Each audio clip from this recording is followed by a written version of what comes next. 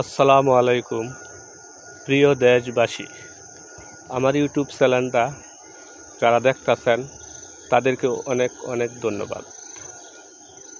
তাদের উদ্দেশ্যে একটি কথা বলতেছি, আমার ভিডিওগুলা আপনারা প্রতিদিন নিয়ম অনুসারে দেখবেন, আমার মনটা খুশি হবে।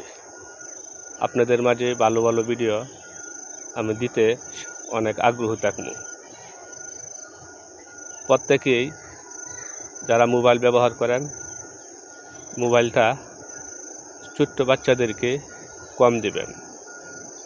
তাদেরকে পড়ালেখায় মন বসার জন্য ছোট্ট একটা বই কিনে দিবেন, যেগুলা পড়ো।